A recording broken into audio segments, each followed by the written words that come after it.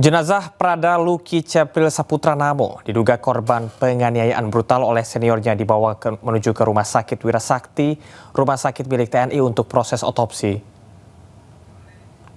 Udah tahu dari berapa hari anak saya meninggal, dokter forensik soalnya ada bubarkan ini rumah sakit. Saya ekstrim demi kebenaran, ingat baik. Saudara, woi kasih keluar, cepat, ada lu pikir kasih keluar. Soalnya ada yang lawan beta. Jangan sentuh beta kasih tahu. Setiba di rumah sakit, keluarga tak mampu menahan amarah ketika dikagetkan dengan ketiadaan dokter forensik untuk otopsi. Jenazah Prada Luki Cepril Saputra Namo diduga menjadi korban penganiayaan oleh seniornya diantar ke Rumah Sakit Wirasakti Kupang untuk proses otopsi. Namun sesampainya di rumah sakit, keluarga dikejutkan oleh kabar bahwa tidak ada dokter forensik yang dapat melakukan otopsi di tempat tersebut. Ayah korban Sersan Mayor Christian Namo mengamuk merasa anaknya diperlakukan tak manusiawi setelah gugur dalam tugas negara. Ini mayat anak saya. Masa korban yang sudah korban rugi lagi. Saya karena manusia mau saya urus anak saya. Coba kalau ayam, ya mungkin masih ada hati lah saya biarin. Manusia, jangankan anak saya kandung, orang lain aja saya mau urus kok, saya rela. Kelompok penagih utang kembali berulah dengan berusaha merebut paksa motor milik warga di Jalan Raya Margonda, Depok.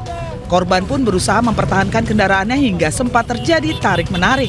Aksi perampasan ini tergolong nekat karena dilakukan di tengah keramaian dan saat siang hari. Tidak butuh waktu lama, polisi yang mendapat laporan warga segera menarik kawanan penagih hutang dan dibawa ke Polres Depok.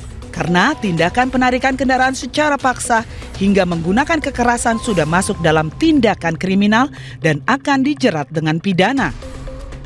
Harus ada laporannya. Nah ini terkadang kadang-kadang masyarakat ingin membuat laporannya kalau motornya ditarik. Nah, ini kan sebagai dasar kita. Tapi tentu walaupun belum ada laporan, kita akan lakukan kegiatan preventif ya yang sudah kita turunkan bersama dengan Kodim. Ya saya sudah komunikasi dengan Pak Dadem, kita satu visi untuk bisa mewujudkan kota Depok ini aman, terkhusus dari tadi. Kian maraknya aksi perampasan kendaraan oleh kelompok penagih utang membuat polisi terus mengimbau untuk tidak ragu melapor ke kantor polisi. Diharapkan warga Depok lebih tenang dan berani melaporkan jika ada ancaman dari penagih hutang. Dari Depok, Jawa Barat, Iyung Rizky, iNews melaporkan. Kericuhan mewarnai event Bupati Cup yang dilaksanakan di lapangan pemuda kota Waingapu, Kabupaten Sumba Timur, NTT. 4 bulan tidak digaji, ratusan buruh Kabupaten Padang Pariaman, Sumatera Barat melakukan aksi demo. Dalam aksi demo kali ini, Wakil Menteri Tenaga Kerja bersama Wakil Gubernur Sumatera Barat menjembatani antara buruh dengan owner perusahaan.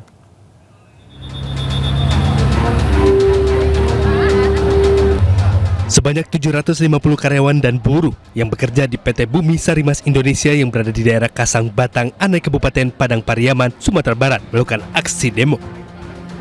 Aksi demo itu terkait gaji mereka yang belum dibayar perusahaan selama 4 bulan.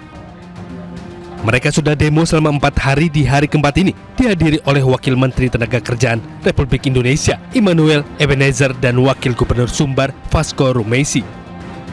Pada kesempatan itu, Wamen menelpon langsung owner perusahaan. Di hadapan buruh, owner perusahaan meminta waktu untuk menyelesaikan gaji karyawan hingga akhir Agustus ini. Direktur PT Bumi Sarimas Indonesia Erasmus mengakui ada sekitar 6,9 miliar tunggakan gaji karyawan yang belum dibayarkan. Yang pasti hari ini mereka memastikan untuk akhir bulan dibayar. Akhir bulan dibayar ya. Karena kita tidak mau kehadiran kita malah menjadi harapan yang kosong. Karena biar gimana pun kan negara harus hadir. Nah ini bentuk hadirnya negara. Saya sebagai Wakil Menteri, Pak Vasco sebagai Wakil Gubernur, dan juga ada Wakil Rakyat dan Kepala Dinas, dan juga ada Pak Kapolres. Nah kalau mereka janji dengan 4 instrumen negara ini berbohong, sudah kelewatan sekali menurut saya. Perusahaan saat ini tidak memiliki dana untuk membayar gaji, tapi bukan berarti manajemen tidak mau membayar gaji, mereka tetap berusaha untuk itu. Jadi memang semua sekarang ada di tangan manajemen untuk berusaha mencari dana itu supaya bisa membantu semua menyelesaikan gaji karyawan kita dengan cepat. Aksi demo karyawan ini sudah dilakukan selama 4 hari. Mereka sudah mendatangi kantor DPRD dan kantor Kemenaker Sumatera Barat. Dari Padang Pariaman, Sumatera Barat, Eka Guspriyadi Ainus melaporkan. Aparat gabungan berhasil menangkap seorang yang diduga kuat sebagai anggota kelompok kriminal bersenjata di wilayah Nduga, Papua Pegunungan. Pria berusia 30 tahun tersebut diketahui merupakan bagian dari jaringan kelompok KKB pimpinan Egyanus Kogoya dan terlibat dalam sejumlah aksi kekerasan bersenjata di wilayah Kenyam dan sekitarnya. Penangkapan dilakukan oleh tim gabungan setelah mendapatkan informasi masyarakat terkait dengan keberadaan pelaku yang sedang berada di salah satu puskesmas dalam kondisi dipengaruhi minuman keras. Pelaku berhasil ditangkap tanpa perlawanan dan langsung dibawa ke Bakopolres Nduga untuk pemeriksaan lebih lanjut. Personil Satgas Operasi Damai Karten telah mengamankan seorang terduga anggota kelompok kriminal bersenjata di wilayah Kabupaten Nduga, Papua Pegunungan, atas nama Nowaiten Telenggeng alias German Umruangge dalam kondisi hidup. Tim segera mengamankan dan membawa yang bersangkutan ke Mako Polres Nduga untuk diproses. Polda Daerah Istimewa Yogyakarta membantah penangkapan 5 pelaku judi online yang mengakali sistem promo berkat laporan dari Bandar Judol. Polisi memastikan terbongkarnya aktivitas judi online di Banguntapan, Bantul karena laporan masyarakat.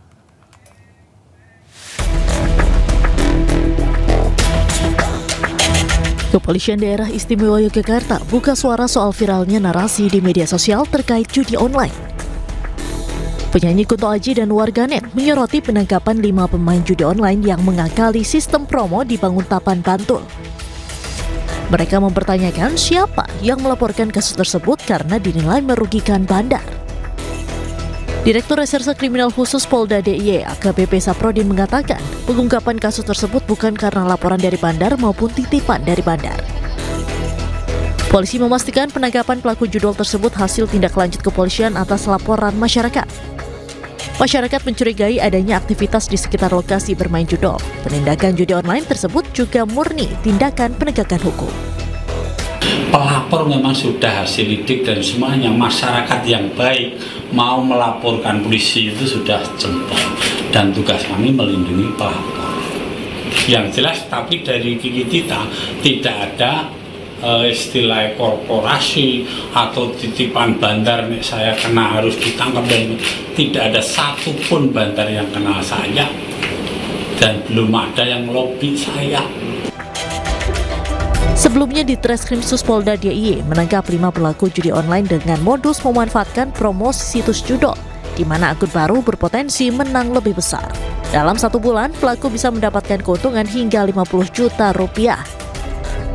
Dari Sleman, Yogyakarta, Heri Trijoko, iNews melaporkan.